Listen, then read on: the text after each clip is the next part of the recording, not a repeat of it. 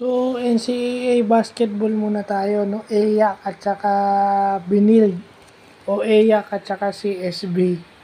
Dikit yung laban, pero magsasabi lang ako ng opinion. Iba talaga kapag ka meron kang inside presence o meron kang big man na tinatakbuhan sa loob.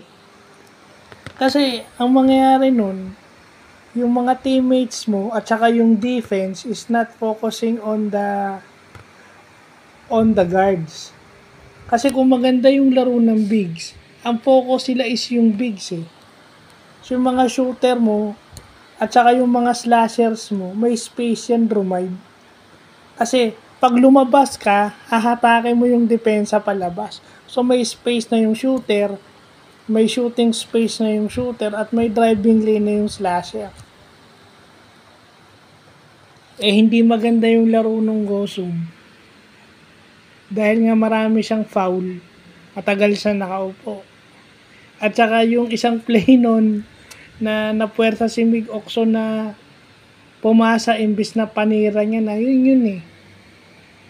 Kasi kung maganda yung credit din sa defense nung EYA, kasi nadepensahan nila yun. Dahil alam nila, pangit off night itong si Will Gosum eh.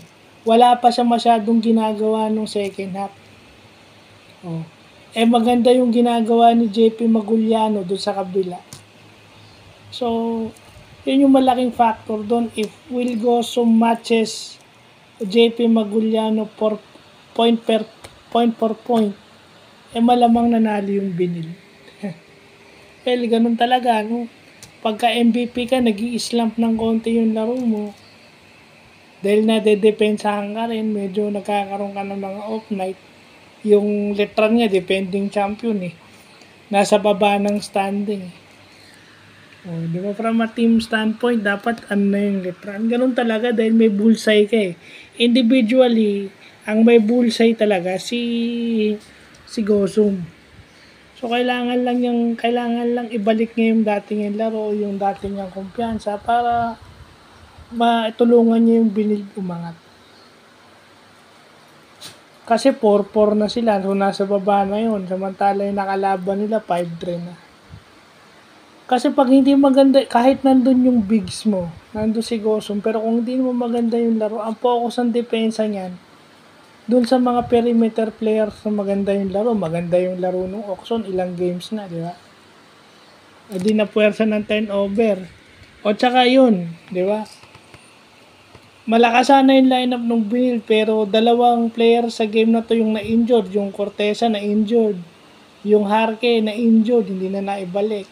At saka yung Flores out for the season, sayang. Dahil nagka-ACL.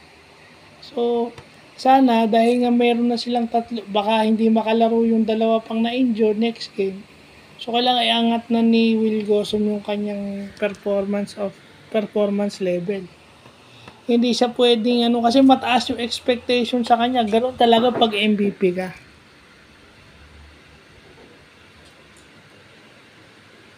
Yung expectations napakataas talaga. So, mahirap sa expectation. Pero kailangan pakita ka ng konting consistency.